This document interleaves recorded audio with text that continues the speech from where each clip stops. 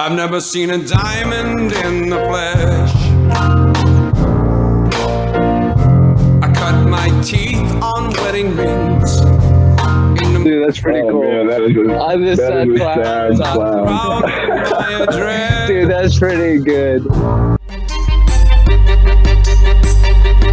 This is the GLUE-OOM, bringing you weekly interviews with F3Omaha PAX, exploring their F3 experiences and finding those sticky elements that create the glue in the GLUE-OOM. With us today in the GLUE-OOM, we've got the one, the only, I think we could say he's the tallest F3Omaha PAX, but he is a former site Q at the district, the Murph site. He is a former professional athlete. I think we have approval from his PR committee to say that. And then what I think is really cool is this man also was the originator of some Tuesday morning book studies, Bible studies, getting some guys together to really dig into different books, different Bible studies, and some tough topics. So Greek Freak is our special guest on the GLUE-OOM, and I'm ecstatic to see you, man. You look great, by the way. I don't know if you've been working out or not, but he's been coming to the woodshed often. Here and there, I try to get a workout in every once in a while, so it works out. Thanks for having me. By the way, I am not. Just so you know, I am definitely not the tallest. At one point, I did have one of my college teammates out for F3 on a couple of occasions. His name is Spud. So he's 6'11", so he had me by a couple inches. Gotcha. For the record, how tall are you? 6'9". Okay. Spud's 6'11", so I'm not the tallest.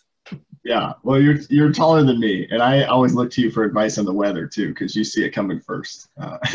Yeah, if you need to know when it's going to rain, I usually let people know. So I'm that guy. Hey, give us some background, maybe who brought you out to F3, and then tell us a little bit about the history of your name. I think it might be obvious to some people. And then I kind of want to get your perspective, because I think you started coming during the time when Rockbrook just was taking off. So give us maybe some of the history there from your angle. Yeah, so first and foremost, how did I get started with F3? Plague, you had invited me out. For those of you that don't know, Plague and I, and actually Pony, have been a part of a small group within their little neighborhood area. We were part of a small group once a week, and Plague had started this group, F3, where he was working out at ridiculous hours of the morning and running so much more than I ever could. You had invited me out. I don't know, how many times do you think you invited me out? 4 or 5, maybe 6 times?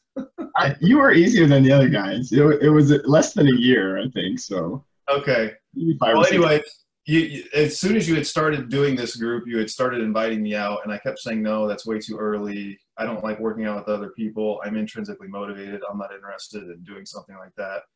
And then one day I was actually at Rockbrook Pool, and my neighbor, who's Brazilian, just kind of nonchalantly walked up to me with those baby blue eyes and sweet smile, and kind of looked at me in the eyes. He's like, hey, I think you should do this workout with us with F3 on Monday morning. And immediately I was just like zoned in. I don't know if what process he has with those eyes, but he kind of locked eyes with me, and I was like, I do need to do that workout. So I had figured that after the second person had invited me to this one strange random workout group early in the mornings, that I should probably oblige and try it out. So I had tried out the Monday Murph out at Red Wing when it was just called the Monday Murph, and that was, man, that must have been, that's 3 years now. So August, coming up on 3 years, I think now. So yeah, I was always drawn into the Murph. I love the Murph. You knew what you were going to get. It was a tough, difficult workout. I've always been a type of person that just kind of intrinsically motivated myself to work out hard. And so the idea of working out with other people was something that I didn't really actually enjoy. And so probably the guys that worked out with me in my first few workouts were like, man, this guy really doesn't talk much. He just kind of keeps to himself. But the more I went, I only did the Monday Murph for probably, that was really the only workout I did for probably the first 6 months I had joined F3. And, since then I've obviously started to get more and more ingrained in the community. But it's been a great experience for me. I really love the group. I think there are a lot of really good things that come out of it. So that was kind of how I got my start. Now, Greek Freak, my name. First time I was in the circle, you know, to tell you a little bit about yourself, well, immediately, you know, I bring up that I played professional basketball in Europe for 10 years, and somebody just spits out, you know, Greek Freak. And so Greek Freak is there's a professional NBA basketball player, Giannis. I'm not going to try to butcher his last name, but he's a Greek player in Greece who was actually, I think, the reigning NBA MVP. And so because I said I played in Europe, they thought it would be fun to call me Greek Freak. So it stuck, and it's been good. I love it. Now, the name's fitting for sure. And I like how last time you queued at the woodshed, you're like, well, I'm actually the original Greek Freak. Love that. So who actually got the credit for EHing you? Yeah, I don't know. I don't know. There's probably a spreadsheet out there somewhere that shows who actually got the credit for EHing me, but Plague definitely had to work harder at it, but Brazilian was the one I think that kind of put me over the top. So yeah, Brazilian he's more persuasive. He looks deep into your soul, and I think I just talk about the running, and I don't know that everybody. So then that's my strategy. You were just talking about how many miles you were running and how fast you were running them, and I was like, yeah, I don't know if this is for me. You know, the naming is cool though, because I think it translated to your boys when they came out, right? So you've got, what are your boys' names again? Yeah, so my oldest son, who's 11, he's the Dutch prodigy. He actually spent his first year of life in Holland. So if you know him at all, he's a very curious human being. And so we called him the Dutch prodigy. And then my youngest son, who was born in Poland, is called the Polish Hammer. And then my middle son was the French Connection, because that's where he spent his first year of his life. So the French Connection is the middle son connecting the other two. So they definitely enjoyed the 2.0 workouts. And so I'm hoping to get them out more. I see there are some younger boys or younger men that are starting to post a little bit more. So I need to up my game with my boys and get them out. Yeah, Tonight Show just had his son Q, and I think you gotta get one of your boys on the queue. That'd be fun. Yeah, actually, Tonight Show and I were just talking the other day about that, how his son had queued, and I was like, man, if your son can queue at 7, surely my boys can get through a workout. I mean, that's difficult. So yeah, I would like to get him out to some of the normal workouts here in the near future. That'd be fun for him. So tell me about so you've been in F3Omaha for 3 years, and you mentioned, you know, when you first started coming, we didn't have the district Murph, and then, you know, gosh, I mean, that just blew up so quickly, just that neighborhood. Now I think I've heard you can't even go to Rockbrook Pool if you're not an F3 guy without just being bombarded. But tell me any like favorite memories or things that you feel like were significant in your sort of journey alongside F3, or anything you remember that sticks out to you that was kind of cool or interesting.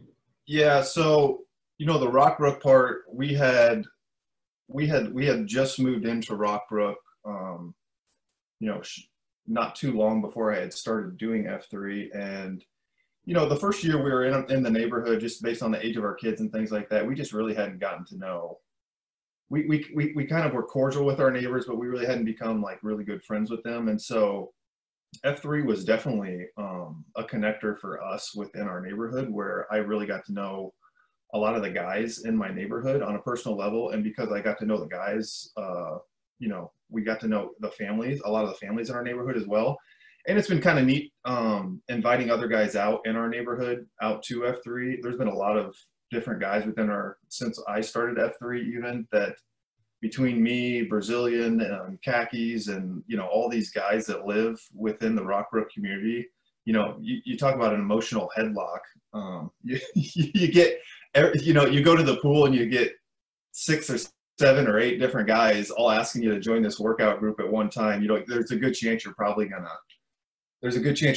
try it out at least once or twice. And so, man, I don't even know, within probably a 4-block radius around where I live, I mean, there's got to be 20, maybe 25 guys who have gone to or are consistently going to F3. So it's been really neat to see kind of that expansion in the Rockbrook area.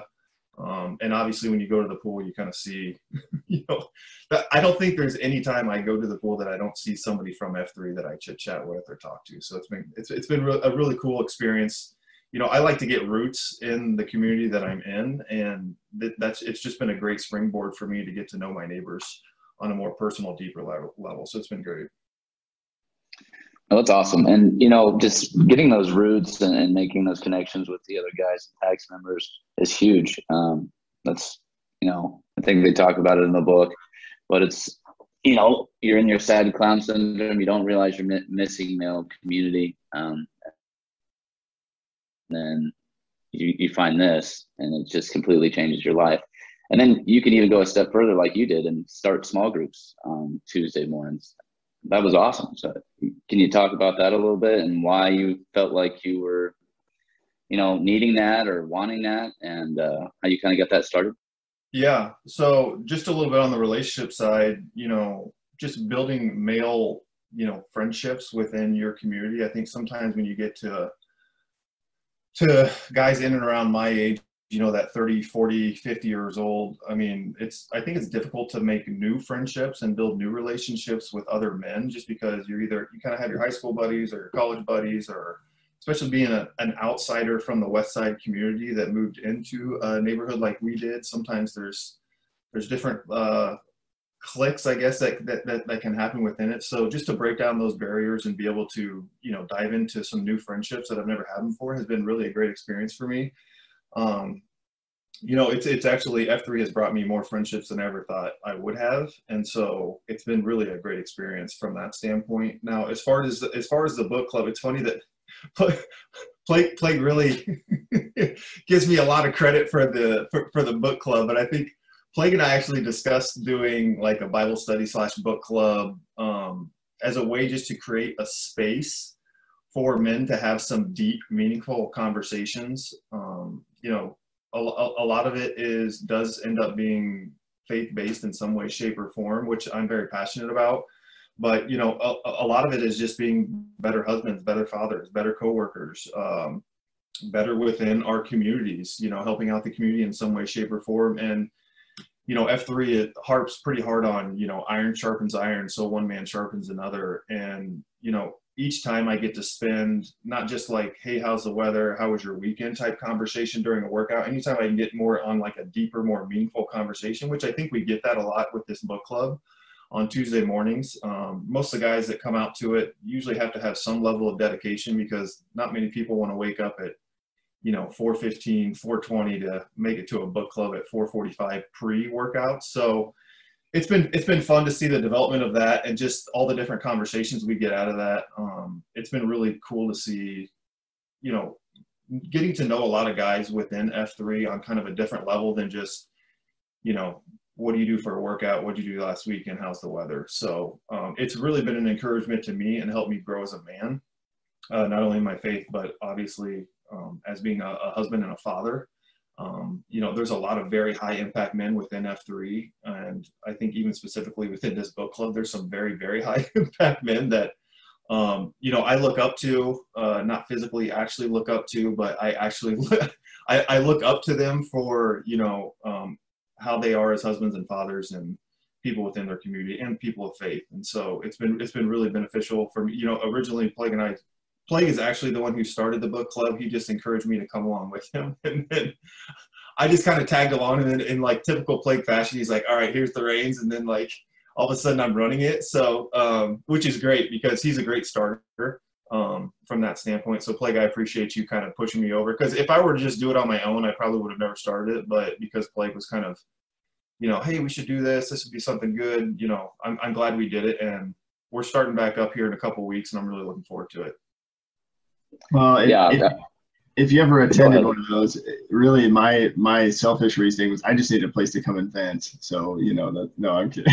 It was, you know what I appreciate the most though, Greek, is you do have a really good way of leading those studies and asking questions. You know, I think I remember several times where you would sort of present the idea or the topic and then ask these really, really great questions to get the conversation going. And specifically, I remember during the kind of the start of the pandemic, and there was a lot of stuff going on about diversity and racial issues. And we could have easily chose easy topics, but we chose some books that were on the subjects of, like, you know, things you never mix: politics, religion, and diversity. And we chose those topics, and we had some really healthy, good conversations. So I appreciate just the way that you led that group. And I think, I don't know, it just speaks to, you've done that for me ever since I've known you, just asking good questions. And then I think also providing a layer of accountability, and, you know, offering correction or exhortation when needed. I mean, I think you've always been one to say, well, wait a minute, is that aligned with what the Bible teaches, or with what our, you know, our shared values would say we should be doing? And I've always appreciated that about you. So thank you there. And then the other thing that I just remember about the book study that just blew my mind was, like, we did the study on Every Man's Battle, and that book, if you've ever read it, is like pretty deep, heavy stuff. And that, I think we had the most attendance out of any of the studies. And so it really does show you that, like, after some time in a group like this, guys really do start to get that desire of, like, okay, now I want to dig deeper into some of my heart issues and really work through them with some other like-minded men. And so I just remember that was just, I remember showing up to one of those being like, are there really like 15 guys here at 4:45 like reading Every Man's Battle that talks about lust? And you know, so anyway, it was just I don't know, it was really cool. I thought you did a fantastic job. Yeah, it's been a great experience thus far, and it's always good to be transparent with others. And I think sometimes in, like, the larger workout setting that F3 provides, it's not always super easy to get vulnerable with others. And so the idea was just to create a space where, you know, you and I don't have to believe the exact same thing. We don't have to have, you know, the exact same political viewpoints, don't have to have, you know, with all the different things that are going on right now in this country, like, we don't have to see eye to eye to those, but just to create a space where we can have a conversation about those and maybe learn more about one another, and through that find, like, a common ground with each other. That was one of the books that we went through, was Uncommon Ground, our common ground. And so, you know, I think all that stuff has been super influential in just, like, me well-rounding my thought process and what I think and how I go about, you know, because I'm very quick to judge in certain situations. And so I think this group has really allowed me just to have a space where I can talk to others in a real manner and be super transparent and not feel like anyone's judging me in any way, shape, or form. So if you haven't tried it, this is my plug. If you haven't tried the book club, we are moving to Thursday mornings, 4:45 at the church behind Westside High School. So if you ever want to come out, you know, any and all are welcome. We'd love to have you. You're co-leading that with Samples, or Samples kind of helping to lead that? Is that? Well, Samples is taking over that site on Thursday mornings. So him and I had a discussion recently that it just made sense to kind of move it to Thursdays. I think it's just more convenient, easier for him. And we're both kind of, you know, him and I are always bouncing back and forth different ideas on books and things like that we can do. And so we're both going to kind of hopefully keep this thing moving forward, but it's been really good thus far. So, and if I hear correctly, it's September 2nd maybe, and it's that new Michael Jackson book, Man in the Mirror. Just kidding. Patrick Morley, Man in the Mirror, which, if you don't know, Patrick Morley is like this amazing author, really focused his whole career on studying issues that pertain to men. So I'm really excited for that one. That will be really good. Yeah, I think it's going to be a good one. So looking forward to it.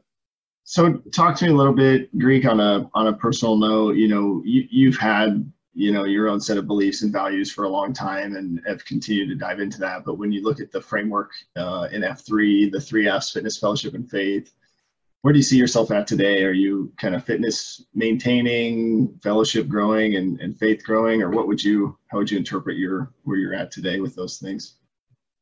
So as an avid listener to the podcast, I've listened to everyone else's answers on these, and I've heard a lot of different interesting responses to this, and I was thinking about, like, how do I respond to this? I guess my response would be similar. Someone else had mentioned a response similar to this one, that, you know, I don't think I'm ever really satisfied at where I'm at in any of those 3 areas. And so I think from a fitness standpoint, I can be better today than where I was yesterday. My fellowship is obviously an area where that's probably the area I would say I probably need the most work.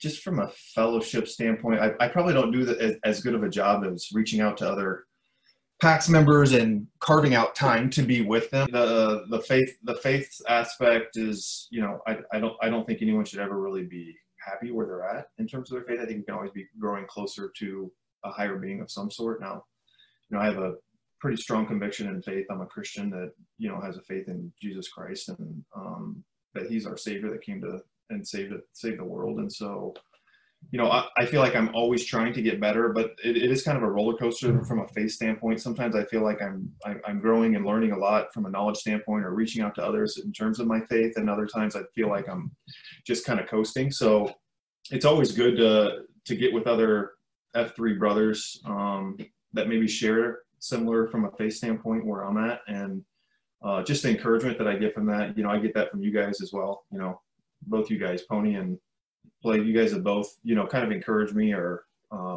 at different times where I'm at in my faith. And so I really appreciate your guys' friendship and just your ability to, you know, sometimes put me in my place or correct me where, you know, maybe I'm complaining about something that I don't need to be, which tends to happen from time to time. So I really do appreciate both you guys from that standpoint.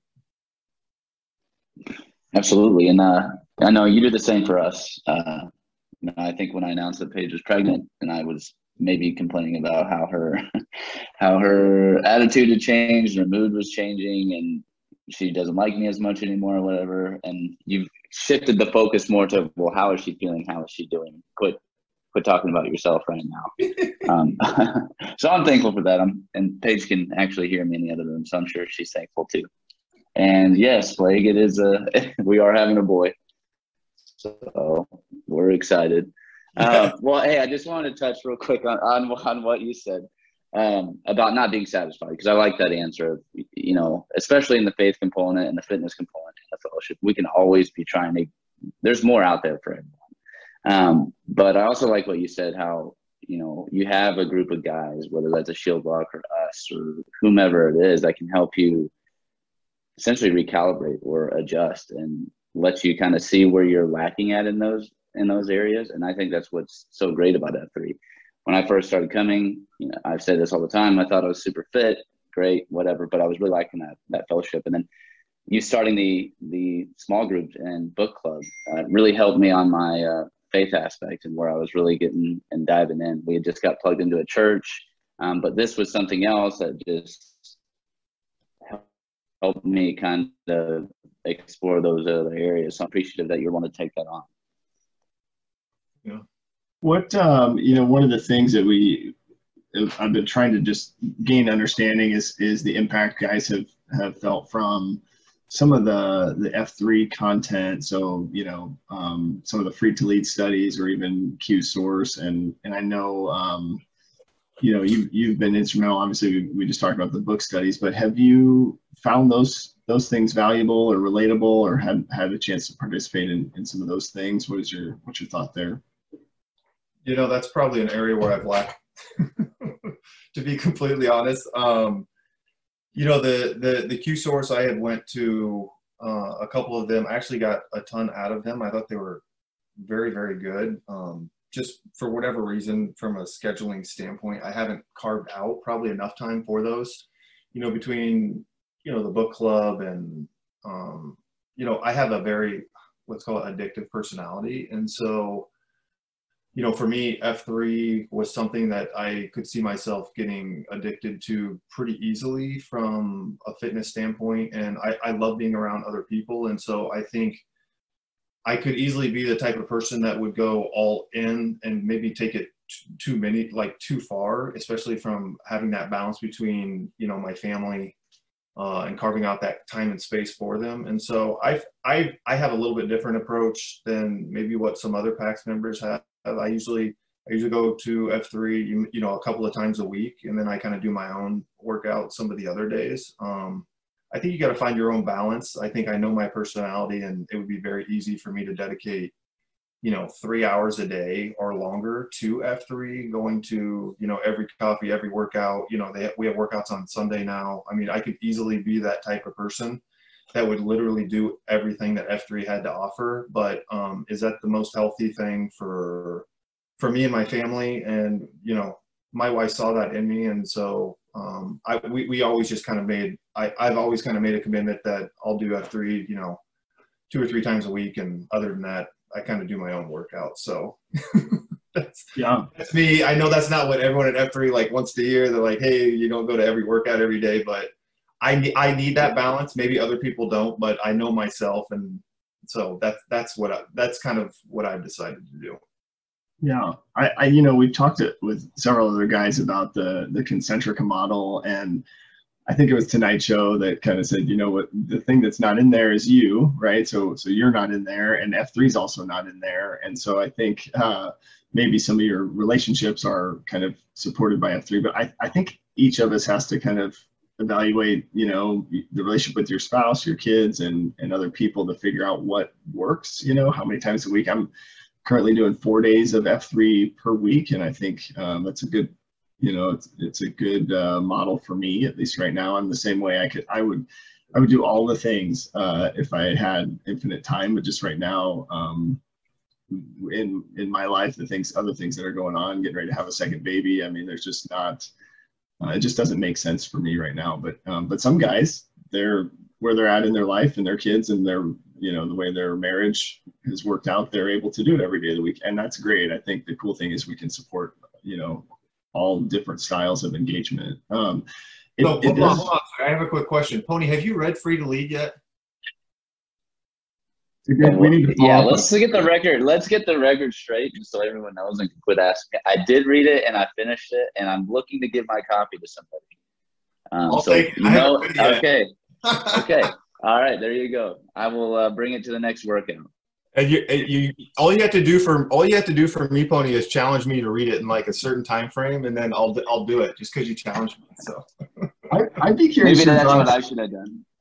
You know, Greek, it'd be interesting. Guys always talk about the sifter, and it'd be interesting to see kind of your thoughts as a collegiate athlete and sort of the, you know, the bonds you form in that sort of setting. Because a lot of us, the friends that sort of fall through the sifter are from some of those relationships that were maybe built during a time when you know, were out on your own and just learning how to do that. And so as you read it, I'll be curious to your thoughts there. I do want to, so kind of in line with your comment about, you know, not being able to go every day, but I think some people, they get to this point where they're like, well, I can't go every day, and that's what everybody else is doing. So since I can't go every day, then I won't go at all. But you've decided to still stay engaged. Really, I would say in all 3 Fs. And so what's been the glue for you? What's been that thing that's you've kind of held on to and kept you coming back? Yeah, so, you know, probably the thing that drew me the most to F3, you know, obviously the fitness aspect for me was the idea that I could do something efficiently and get a good workout in before 6:15 really did kind of appeal to me, just because I can get it done before my family gets up and work starts and all that good stuff. But, you know, as far as, what was your question again? What's been the glue? What's the thing that keeps you coming back? So the thing, honestly, the thing that keeps me coming back, because, you know, I am more of an intrinsic type person when it comes to working out. The thing that definitely keeps me coming back is definitely just like the brotherhood and the camaraderie. I like the idea that, you know, if I don't show up to a workout that I normally go to, let's say it's the Murph on a Monday morning, you know, I have 2 or 3 guys that will randomly ask me like, hey, didn't see you at the Murph, or, you know, hey, are you coming by for this workout this day? You know, there's not a week that goes by that somebody doesn't invite me to something or ask me how I'm doing within the F3 community. And so just having that brotherhood and camaraderie is really what helps me coming back. And just the opportunity to build a friendship and relationship with other men where, you know, the rest of the places that I go throughout the day, it just doesn't allot the time to do something like that, where F3 does. It kind of carves out this space where we can build relationships with other men. That is probably the thing that keeps me coming back the most. Just the ability to have some deep conversations with other men that aren't fluff. That's something that really does appeal to me. I think that appeals to a lot of guys. I mean, it certainly did for me. I didn't know I was missing those things, and now I couldn't imagine not having you guys in my life and the other PAX members. That hold me accountable, just check in on me, be genuinely happy for me in my times of joy. So those are all great things, man. Well, we've got a couple more questions for you. One of them being, what is your least favorite exercise and why?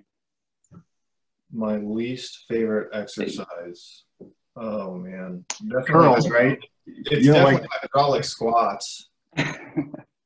Hydraulic squats are the absolute worst. I mean, by far. In fact, it's not even close. I didn't prefer burpees when I first started out, but now I feel like I've done them so much I've just kind of grown numb to the workout. But man, we do not do those very often, but I don't know if it's my body type or what's going on, but whenever I do hydraulic squats, it hurts from every angle. And I don't even feel like I really get that great of a workout when I do it. It just hurts. So now I do have a clarifying question because I heard a rumor that burpees are really challenging for tall people. Is that true, or is that just somebody who doesn't want to do burpees? I think as a tall human being, we're always looking for excuses to make ourselves look, stronger than what we actually are. And so if I can find that edge by justifying, oh, they're so much harder for me, then I'll do it. I don't know, maybe they're more difficult, but I don't know. I know one thing, I've definitely gotten better at them since joining F3. I mean, the difference between my ability to do burpees 3 years ago and my ability to do burpees now is like a huge difference. So I think it's like anything. You work at it, you can get better at it. So if you hate a workout, practice it and get better, except hydraulic squats. Do not practice those. Do not ever do them. They're pointless. Yeah, I don't know. I've never had a good workout with hydraulic squats involved. And that's directed at you, khakis. So next time you're on the queue. All right. We'll just kind of wrap it up here. Any parting advice or any advice for the new guys, the FNGs?